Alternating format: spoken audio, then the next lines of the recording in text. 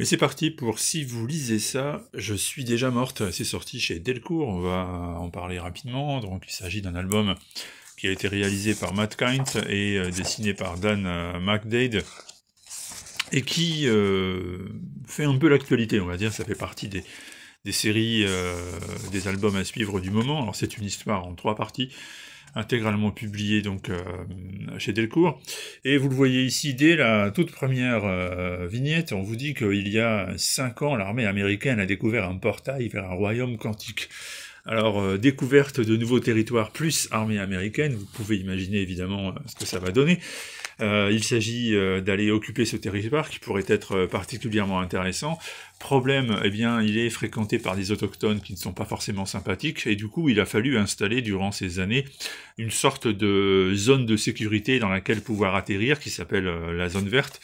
Seulement voilà, cette fois-ci, lorsque les soldats américains débarquent pour prendre possession des lieux, eh bien, ça va pas du tout se passer comme prévu, et il va y avoir une attaque en règle qui va tous les tuer finalement, sauf une personne qui va être la survivante, c'est la journaliste Robin. Alors elle est tout simplement chargée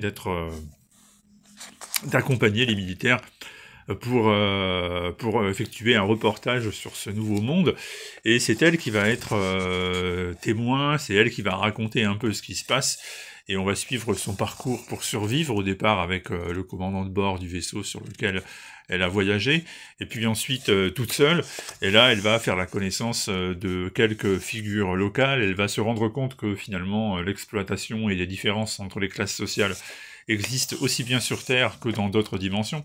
Et puis le dernier épisode amène un twist inattendu, puisque elle n'est pas tout à fait seule de la planète Terre sur Terminus.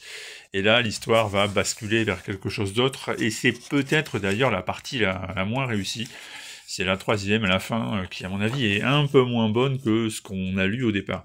Dan McDaid au dessin, c'est une très bonne pioche. Moi j'aime beaucoup la manière dont il dépeint cet univers, aussi bien les personnages, leur look, que la technologie, que la façon d'exprimer cette espèce de sidération sur les visages.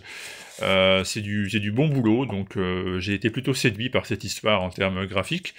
En termes de scénario, je répète, on est passé pas très loin de quelque chose de vraiment super, mais il y a un petit côté déception sur la fin. Néanmoins, bonne histoire globalement, je vous la recommande. C'est effectivement une sortie qui mérite que vous vous y intéressez. Et puis les albums chez Delcourt sont toujours soignés, j'aime bien ce format, c'est un plaisir de lecture. Donc n'hésitez pas, si vous aimez la science-fiction, si vous aimez les mondes imaginaires terribles, effrayants, et où les protagonistes ne résistent que très peu de temps, je vous recommande, si vous lisez ça, Je suis déjà morte, récit d'une journaliste perdue en territoire inconnu dans une dimension étrangère, et ça vous attend chez Delcourt.